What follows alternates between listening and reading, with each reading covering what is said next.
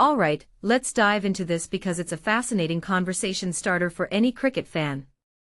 So Roston Chase, West Indies all-rounder, recently dropped a pretty interesting take on their second test against Pakistan.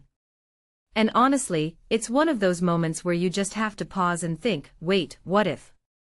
Here's the deal, on a pitch where spinners were basically the MVPs, taking 20 out of 30 wickets, West Indies rolled in with just one frontline spinner. 1. Meanwhile, Pakistan brought 2. Personally, I think this is where the story gets really intriguing. Chase himself, usually a handy off-spinner, was sidelined by a finger injury, which limited his bowling. But here's the kicker, he straight up admits they could have made room for another spinner. Like, why didn't they?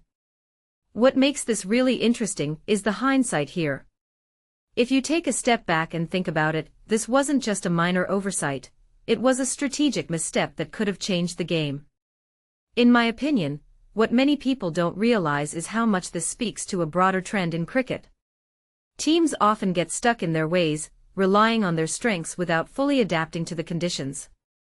West Indies, with their pace-heavy attack, seemed to underestimate how much the pitch would favor spin. Chase even mentioned they didn't think it would spin as much as it did. But here's the thing, cricket is as much about reading the game as it is about playing it. A detail I find fascinating is how Chase, as captain, still wanted to keep himself in the team despite his injury. He said he'd never leave himself out unless he was completely unfit. That's a bold statement, but it also raises a deeper question, should personal pride ever come before team strategy? Another point Chase brought up was the fast bowlers' struggle to adapt. They kept trying to blast out Pakistan's batters instead of drying up the runs and building pressure. If you ask me, this is where experience and patience come into play.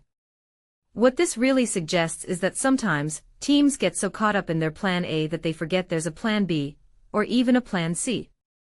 And in test cricket, where conditions can change dramatically, that's a costly mistake. Now, let's talk about Jomel Warrican. The guy bowled 46 overs in Pakistan's first innings and picked up 6 wickets.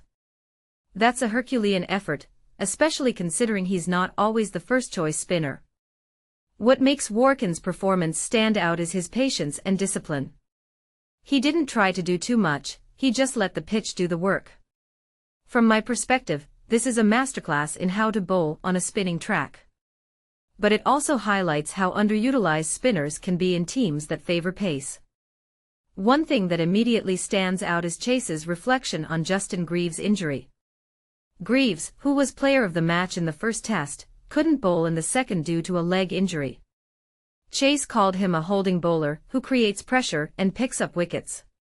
Personally, I think Greaves' absence was a bigger blow than people realize. He's the kind of player who can steady the ship when things go sideways, and without him, West Indies seem to lose their balance. Finally, Chase's comments about Kemar Roach are worth noting. Roach, at 38, is a legend of the game, and Chase urged him to keep going. What this really suggests is the value of experience in a young team.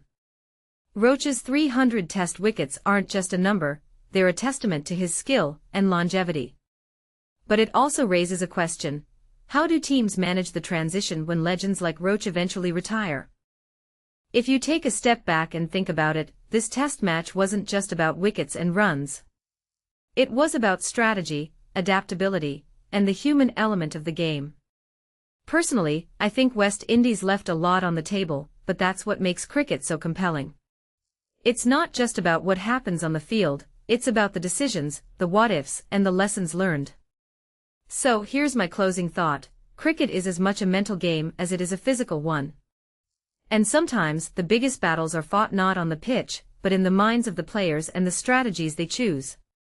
What do you guys think? Let me know in the comments below.